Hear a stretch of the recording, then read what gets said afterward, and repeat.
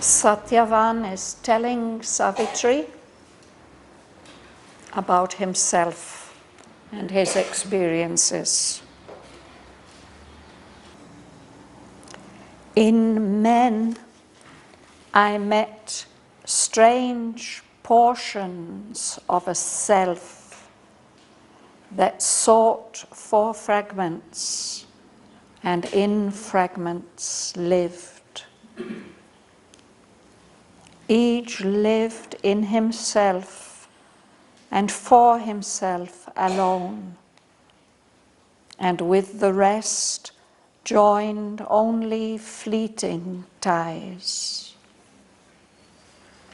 Each passioned over his surface joy and grief, nor saw the eternal in his secret house.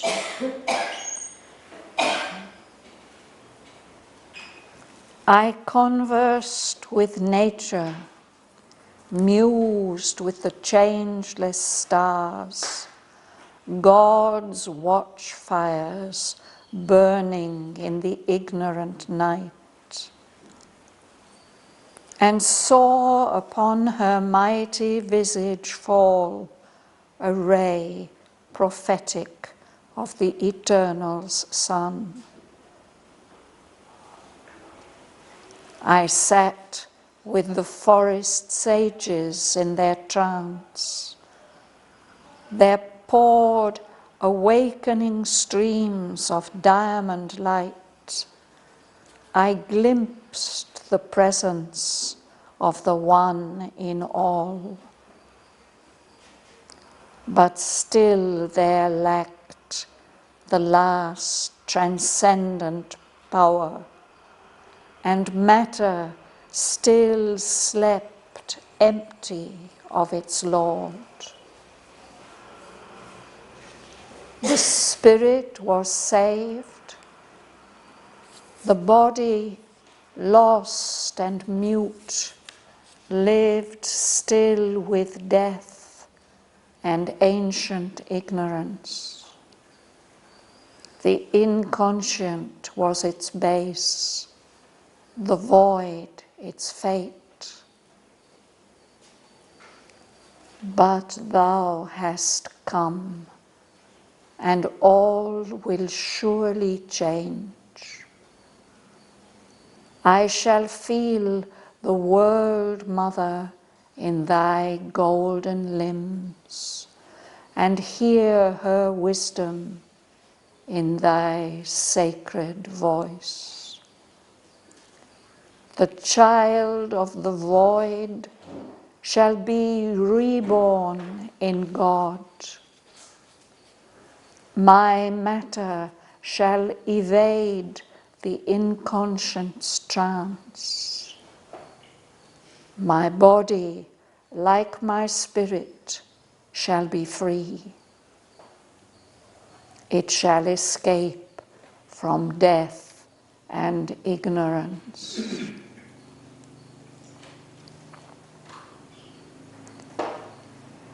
And Savitri, musing still, replied to him,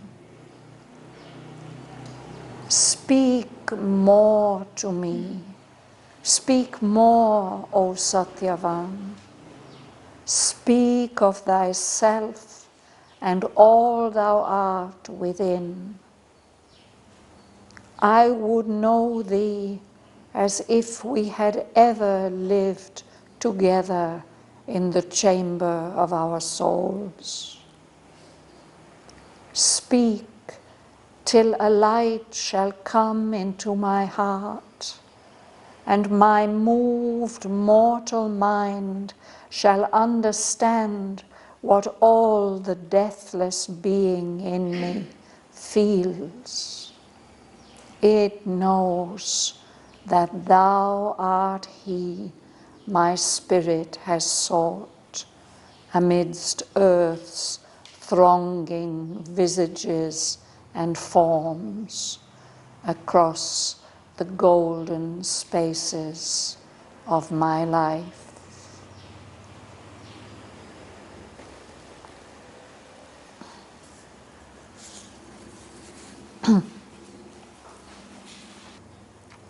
You can begin, Suresh. In man I made strange portion of self, that so for ferment and in ferments Fragments. fragment live. Each live in himself and for himself alone, and with the rest join only fleeting ties. Each passing passion over his surface, joy and grief. Now saw the eternal in his secret house. So this is his experience with human beings. He says, I met portions. There's one self, no? But the human beings feel themselves to be portions, only parts of that one self. And so they are looking for fragments. Fragments and portions, these two words have the same meaning. They mean parts. And fragments especially means these are broken parts. When we drop a glass and it breaks into fragments, no? Small pieces that we can't put together again. So it's as if all of us human beings are small broken parts of one bigger thing. So we are living in these small parts ourselves. Each human being, each person lived in himself and for himself alone, just for himself. And the connection with other human beings, these are only fleeting ties. There are some connections. There are the people we meet, people we talk with, the people we work with. But these connections, these ties, are only fleeting. They don't last long. They are soon changed. So each person feels passionately his own feelings of joy and grief on the surface, no? Our happiness and our sadness and our anxieties and our troubles, all these things are very important for us. But they do not see, we do not see the eternal within us, in his secret house. No? The divine whole is in each of us. So this was a strange experience for Satyavan, this experience of the way people are fragmented, parts, broken parts of a whole. Gumsun, you will read, yes? I converse with the nature, mused with the changeless stars, cast watch fires, burning in the ignorant night, and so upon the mighty DJ's fall, awake captive of the eternal storm. Yes. So he feels more in connection with nature. He conversed this rather than with people. He prefers to communicate with nature. And at night he muses, he's in a thoughtful, meditative state. He feels in connection with the stars, the stars that don't move and change. Those stars at night, these are God's watchfires, as if the stars are keeping watch, protecting the whole universe. They have their fires burning there in the night. And if we think of the symbolism of stars, that the stars represent suns, the many suns of truth, no? They are burning there. In our ignorant night, we don't know that boundless light of eternity. But when he muses like that, when he converses with nature, he sees on the face of nature, on the appearance of things in nature, he sees a ray falling, a ray of light that's not coming from any earthly sun, that's coming from the sun of the eternal.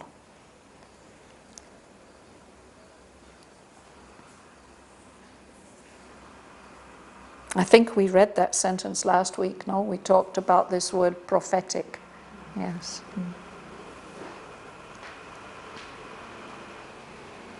Lady at the back, would you like to read? Yes. I sat with the forest sages in their trance.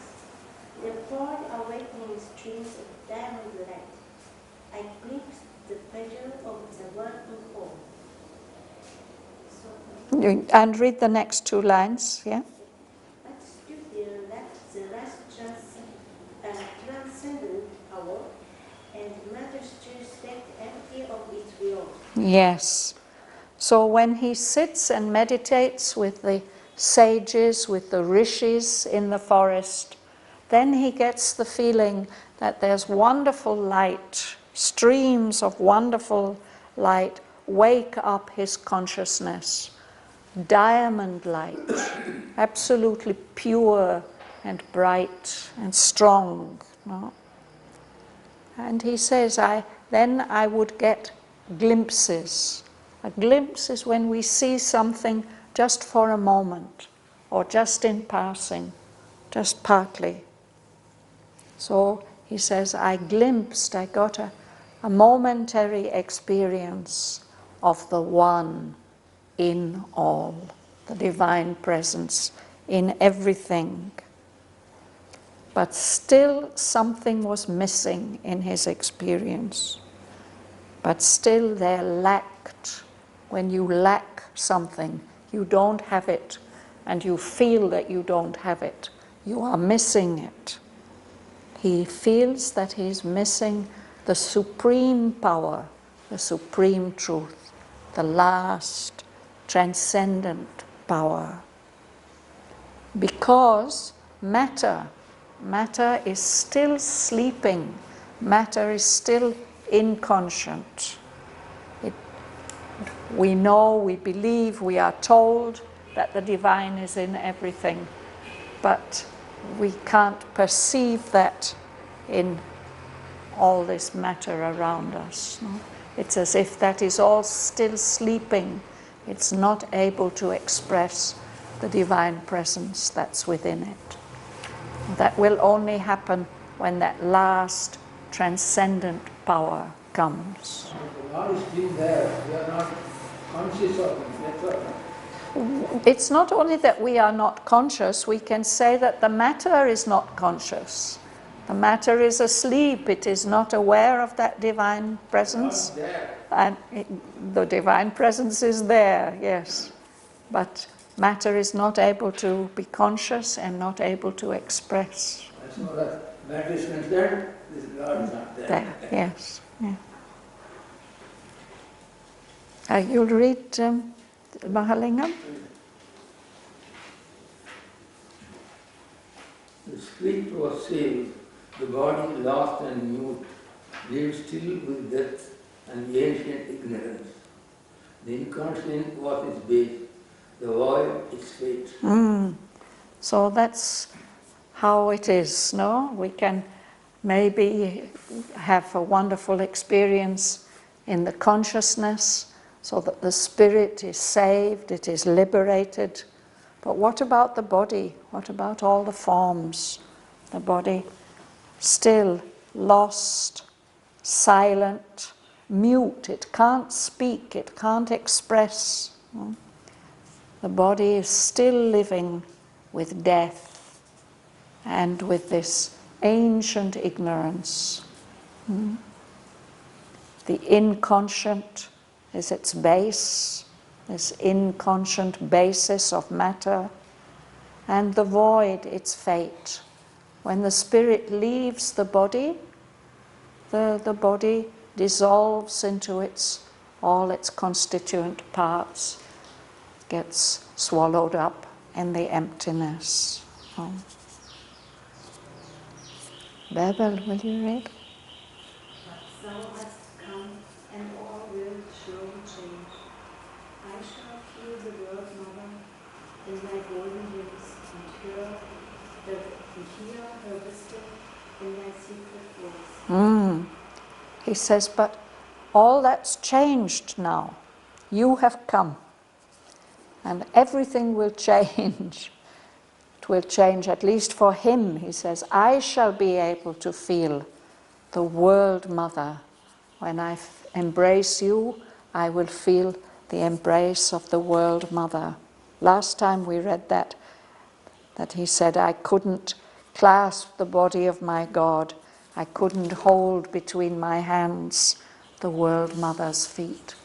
But he feels that Savitri is embodying that world mother, and that through contact with her, he will be able to have that experience.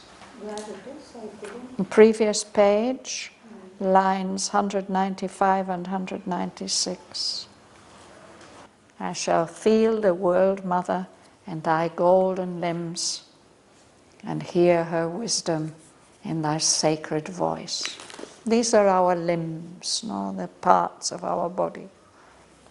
And Aurobindo reminds us of this golden appearance of Savitri. Joel. The child of the void shall be reborn in God.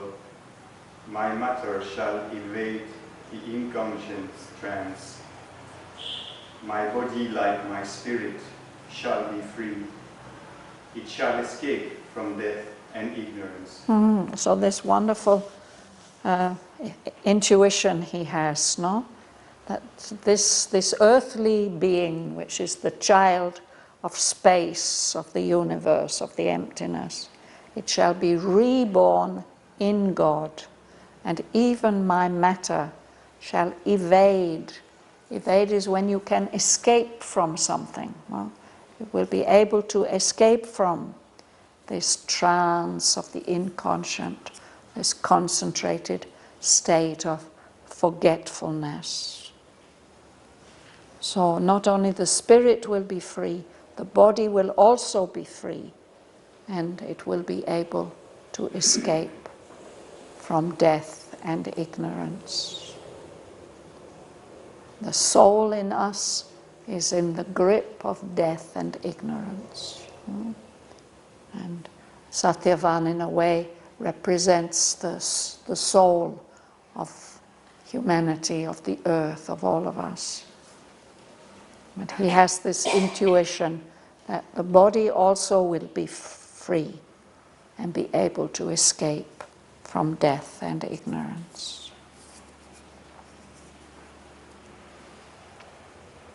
Gentleman at the back, will you read, please? And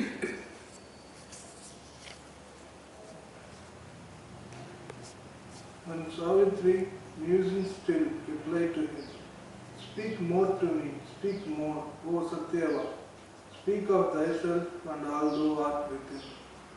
I would know thee as if we had ever lived together in the chamber of our souls. So she's enjoying hearing his voice, she's enjoying hearing all he has to tell about himself. And she's still in a kind of indrawn state, musing.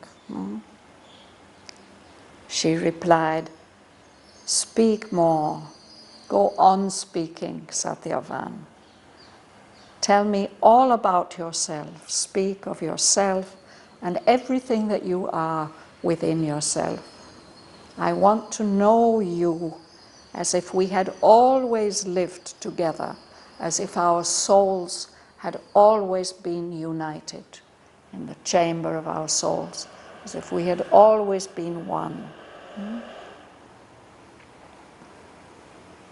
Rupa.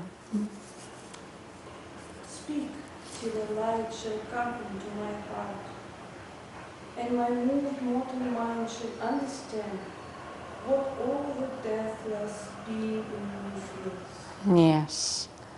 So, all the deathless being in her, all her soul feels that they are one, that they are destined to be together. But she says, I want that light of knowledge to come into my heart, and I want to come I want that knowledge, that experience to come into my mind also, that it will really understand our oneness. No? Go on talking, speaking to me. Lady at the back there, do you read? It knows that thou art in my spirit has sought. Amid Yes, amidst, yeah.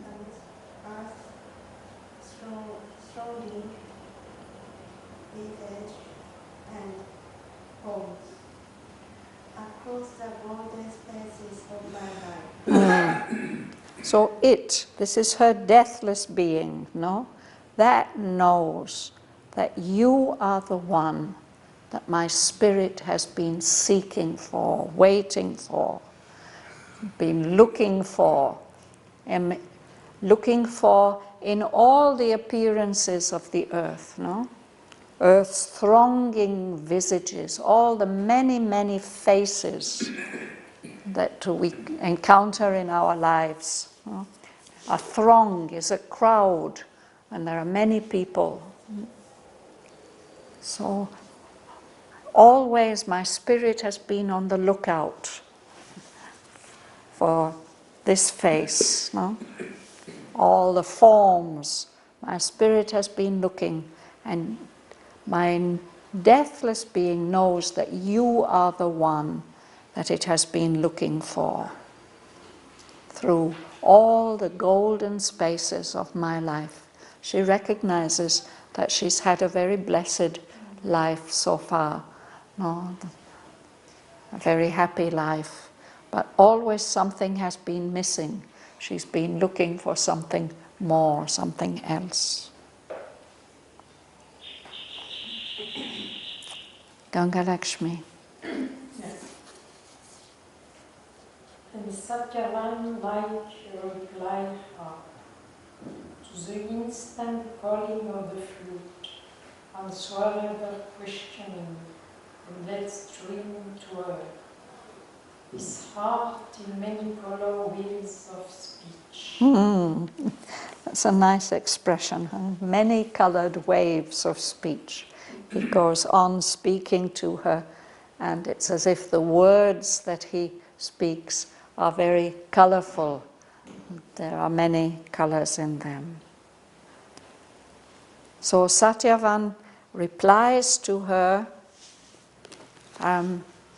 like a harp.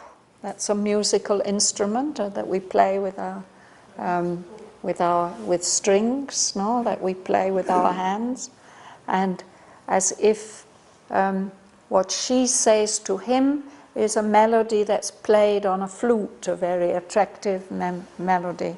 So he replies to her with his own instrument. No? The insistent calling of a flute. When we hear these lines, we think of the flute of Sri Krishna. No? And that's an attraction that we can't resist. We can't help following that insistent calling of Sri Krishna's flute. Only when we start to follow, then he goes further off. That we have to follow. So he answered her questions, and he lets his heart stream towards her. He opens himself, exposes himself. Whatever's in his heart, he speaks out to her.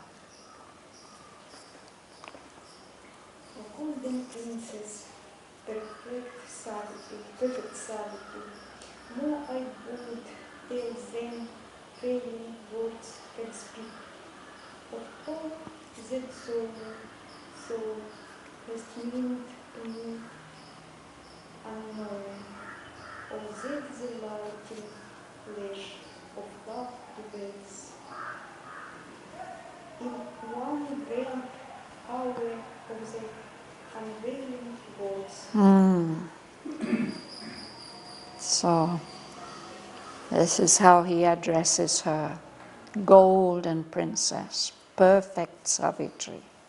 And he says, I would like to tell you, I would tell, it means I would like to tell you more than words are able to express. Words fail me. I can't express, I can't put into words. It's not possible to put into words everything that I would like to tell you. No? About everything that you have meant to me. Even though I didn't know you, still I was missing something, and that something that I was missing has meant so much to me. And I would like to tell you all that has been revealed by this lightning flash of love. He's met her, he's seen her, he loves her, and that is like a flash of lightning coming from the gods, revealing so much. He wants to tell her all that. And this one great, or everything that he's seen and grasped in this one great hour of the unveiling gods. The gods have for a moment taken away the veil. With this flash of love, so much has been revealed to him. Dhanalakshmi. Even a brief nearness has reshaped my life. For now I know that all I lived and was moved towards this moment of my heart's rebirth. I look back on the meaning of myself, a soul made ready on earth's soil for thee. So they've only spent a few moments together, no? But he says, even this brief nearness, being close to you for this short time, it's completely reshaped my life, changed the meaning and the purpose and the whole form of my life. And he says, now I know that everything I have lived, everything I've experienced, everything I've been,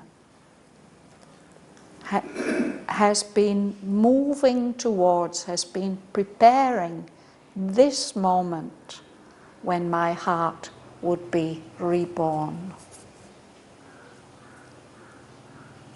I look back on the meaning of myself, what I've been in all my past life, and I see what I really am. I'm a soul that's been prepared here on earth to meet you.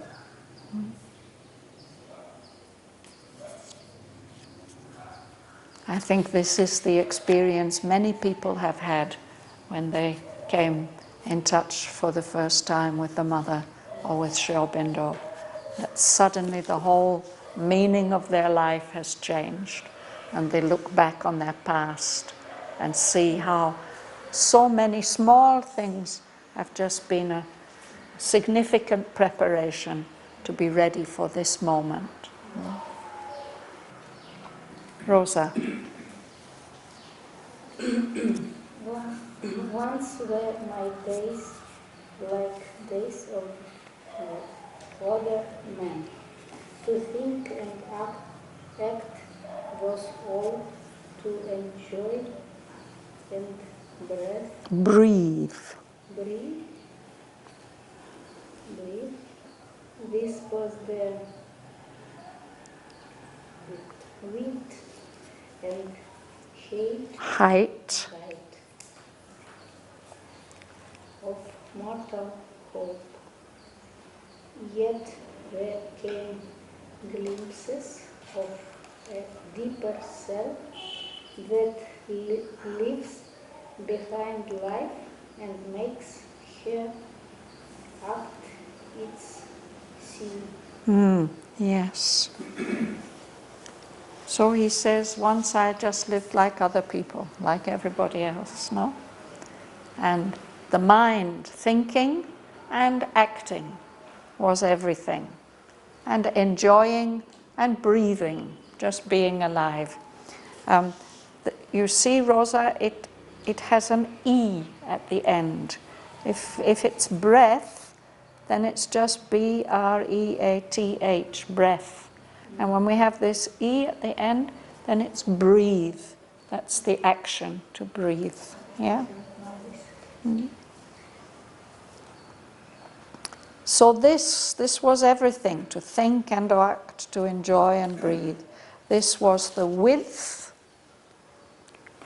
comes from the word wide, and the height comes from the word high.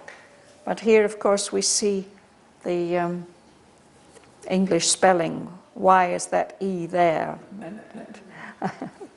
I can't tell you, but there it is. So, thinking, acting, enjoying, breathing, this was everything there was, the width and height of mortal hope. He didn't think that any human being can expect or hope for anything else. But still, he says, yet there came some glimpses, some little flashes, some small experiences of a deeper self. Something living there behind this surface life of enjoying and breathing. That deeper self that makes all this act, this drama of life, it's seen. There's an observer, there's a deeper self within which watches all this or acts a part in this drama also.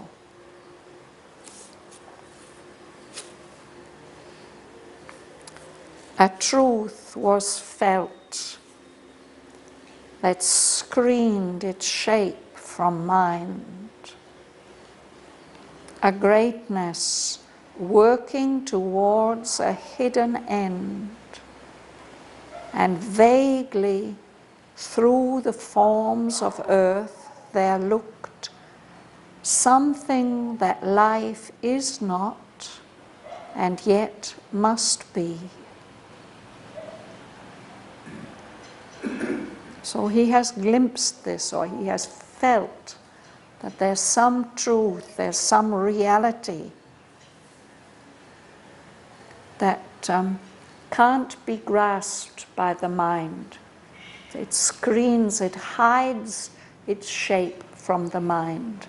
It doesn't show itself to the mind, this truth, this reality. That truth, he says, he feels, he felt it as some greatness, some great power that's working towards a hidden end, some aim, purpose which can't be seen.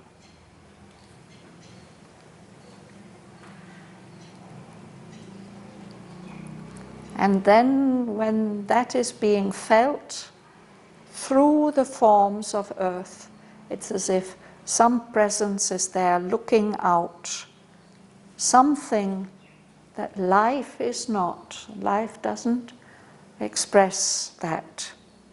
And yet life must become that greatness. It must become that divine life, no? That divine possibility that is there behind everything that we do and experience. So shall we read on? Suresh, you'll read? Yeah? I groped for the district with the lantern for its glimmering light with the abstract word. They all visible ground and traveling earth by earth. It named a system of the self and God. Yes, so this is what we do often, no? We know there's a mystery, we have a feeling of a mystery, but we try to understand it with our minds.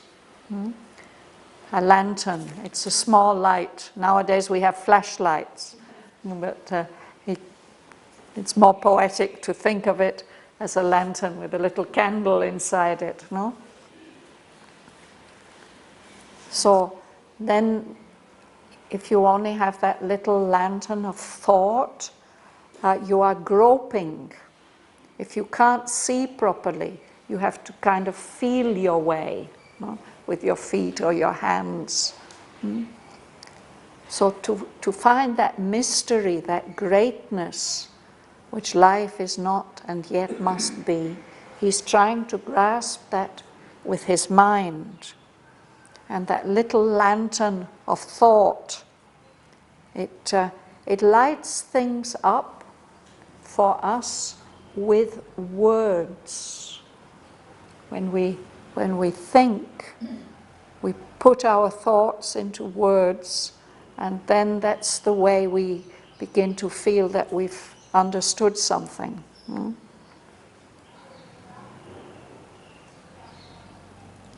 So, but words are not experiences. They are not living. They are abstract. So they can't really show you much. So that's like a lantern that doesn't give much light. It only glimmers. It only gives a faint light through the word.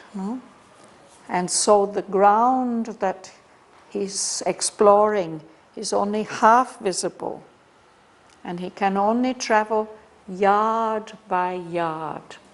The yard is the measurement from here to here, no? It's about a meter, a little bit less. So a little bit at a time. It maps, the thought makes a kind of map. It puts together this and that, whatever little bit it can grasp. It maps a system, something that the mind can grasp, a system of the self and God. You just read the next line, Suresh. I could not live the truth it spoke and thought. Yes, so that's the problem with systems. That's the problem with things that our minds tell us. Unless we've digested them in a deeper way, we can't live them. We think them, but we can't live them. He wasn't able to live this truth of oneness that it spoke and thought. Gumsun. I turned to seize as this form invisible things, hoping to peace is ruled by mortal mind, imposed on narrow structure of world law, upon the freedom of the infinite, a hard from skeleton of outward truth, a mental scheme of a mechanic power. So again, this is the working of the mind, no? There's this system, and then we try to see that system, we try to seize the form of it, the shape of it, invisible things, the things that we can see with our senses, perceived by the mind. And we try to fix its rule with our minds. And some kind of understanding we have, but he says that's just a narrow structure. It's a mental construction. We think, oh, this is the law of the universe, the world law. This is the way things are. But what we are doing is we are imposing that mental structure of our own understanding on the freedom of the infinite. So the infinite can always surprise us because it is free. It goes far beyond those mental structures we build for our own understanding. It's a kind of support. A skeleton helps us to stand up, no? A hard, firm skeleton, all our bones, but it's only an outward truth. It's only a mental scheme. And that mental scheme of ours turns nature, which is a divine power, into a mechanic power that's following all these mechanical rules that we've constructed with our minds.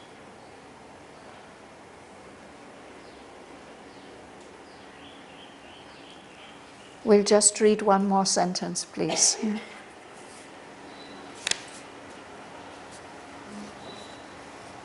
This light showed what the darkness usurped. It made the original secret more out. It could not analyze its cosmic way, or books the wonder worker's hidden hand and trace the pattern of his magic arts. So this light, the light of thought, of mind, what it does is, if we are honest, it's showing us how much we don't know.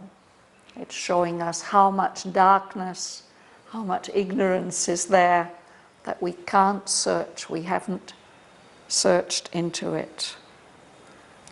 And that makes us realize how mysterious this original secret, the secret truth behind, how mysterious it is. The power of thought is not able, it can analyze many things. Analyze means split into parts, understand in an abstract way. But it can't analyze that cosmic veil that the universe wears and hides behind. We find this with all kinds of science and even occultism. The more you know, the more you realize how little you know.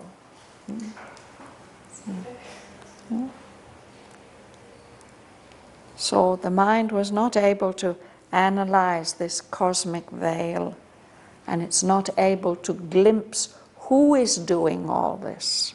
Where's that hidden hand of the one who is doing all these marvelous things?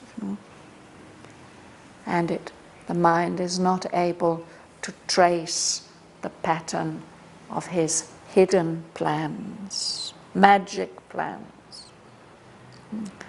It's as if that wonder worker, he has a plan, no? But the mind is not able to read that plan. So we'll stop there for today.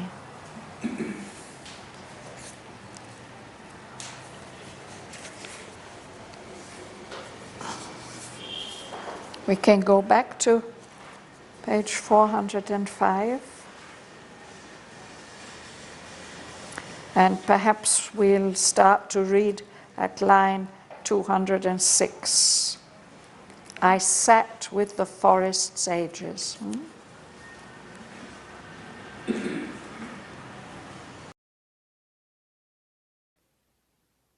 I sat with the forest sages in their trance. There poured awakening streams of diamond light. I glimpsed the presence of the One in all. But still there lacked the last transcendent power, and matter still slept empty of its Lord.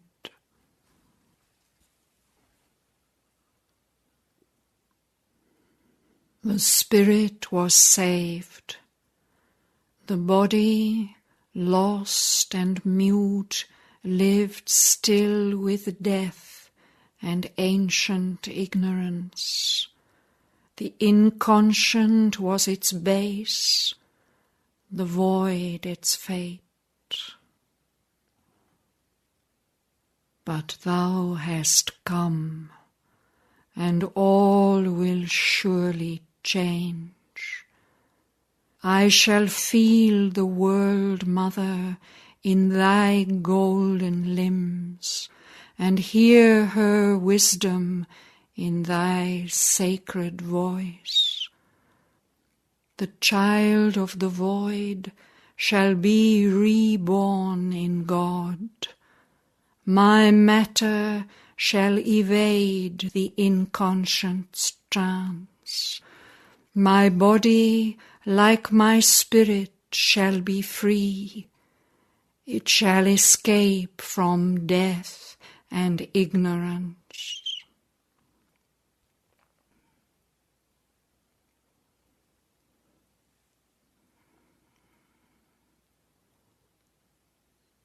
And Savitri, musing still, replied to him, "Speak more to me, speak more, O Satyavan. Speak of thyself and all thou art within. I would know thee as if we had ever lived together in the chamber of our souls.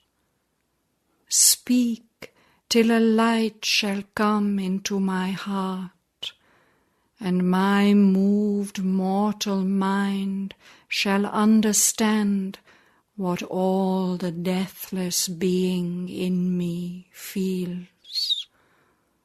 It knows that thou art he my spirit has sought amidst earth's thronging visages and forms, across the golden spaces of my life.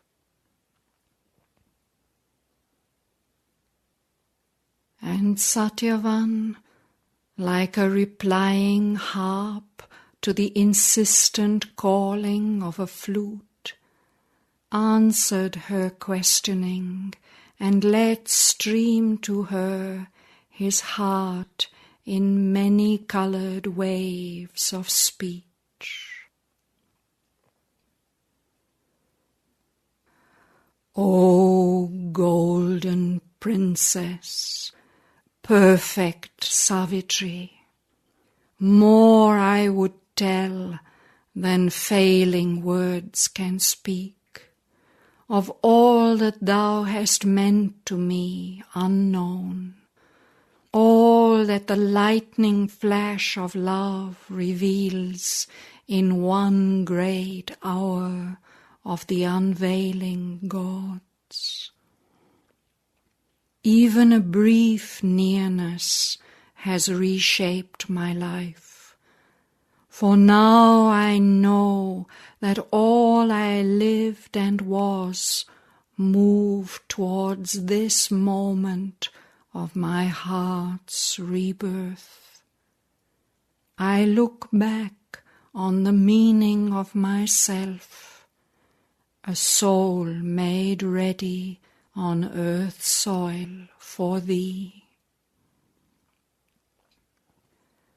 Once were my days like days of other men. To think and act was all, to enjoy and breathe. This was the width and height of mortal hope.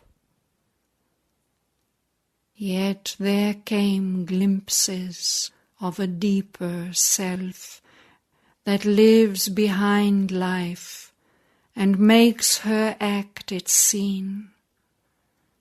A truth was felt that screened its shape from mind, a greatness working towards a hidden end, and vaguely through the forms of earth there looked something that life is not and yet must be.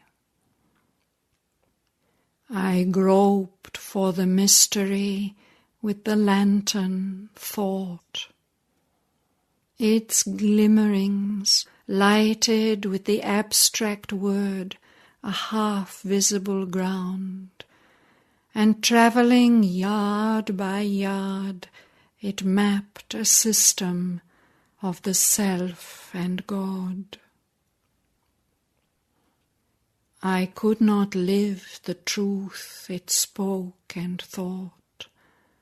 I turned to seize its form in visible things, hoping to fix its rule by mortal mind, imposed a narrow structure of world law upon the freedom of the infinite, a hard, firm skeleton of outward truth, a mental scheme of a mechanic power. This light showed more the darknesses unsearched. It made the original secrecy more occult. It could not analyze its cosmic veil, or glimpse the wonder worker's hidden hand, and trace the pattern of his magic plans.